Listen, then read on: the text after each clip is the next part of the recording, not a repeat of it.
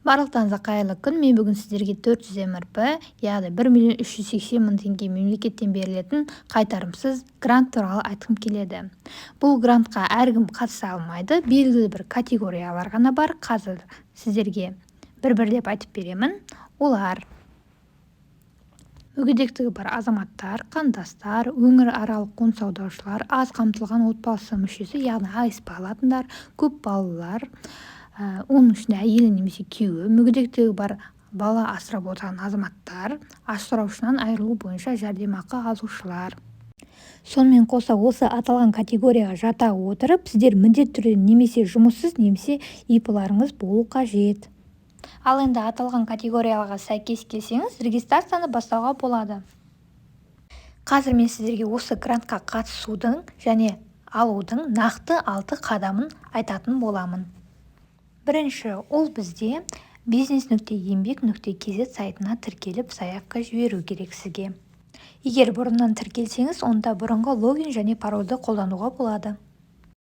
Екінші, міндетті түрде сізде бастау сертификаты болу қажет. Егер ол сізде бұрыннан бар болса, ол сізде 3 жылға дейін жарамды болып есептелінеді. Егер сізде ол сертификат жоқ болса, сіз еңбек скиллс сайтына өтіп, оқу оқып, соңында тест тапсырып, осы сертификатты алуыңызға болады. Үшінші, сіз бастау сертификатын алғаннан кейін сізге онлайн бизнес планға доступ беріледі. Сәйкесінше соны онлайн түрде толтырып, мемлекеттік органға жібересіз. Онлайн түрде. Егер сізге бизнес планға шаблон немесе образец керек болса, онда мен Telegram каналымызға кіріңіздер. Ол үшін менің Instagram парақшамды ашасыздар. Мына жерде сол жақта Telegram деп тұр. Осыны басасыздар. Мына жерде ссылканы басасыздар. Перейти дегенді басасыздар.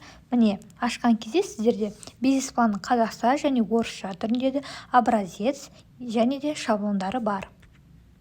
Төртінші, бизнес планды комиссия алдында офлайн түрде қорғайсыз, яғни онлайн түрде сәтті тапсырғаннан кейін сізді комиссия мүшелері алдында офлайн түрде қорғауға шақырады. Бесінші, бизнес планды сәтті қорғағаннан кейін сізге мемлекеттік грант тағайындалды деген сообщение келеді. Сәйкесінше сіздің банктік счетыңызға ақша келіп түседі. Алтыншы, грант ұтып алғаннан кейін оны дұрыс мақсатта қолдануыңыз қажет, яғни жеке қажеттіліктерге емес, мысалы кредит жабу, ипотека төлеу деген мемлекеттік қызметкерлер әр 3 айын звондап, қажет болса тұрғылықты жеріңізге барып, сізден бухгалтерлік құжаттарды сұрайды, яғни договор, счет фактура, чек деген сияқты. Сондықтан барлық құжаттарыңызды сақтап, дайын отырыңыздар.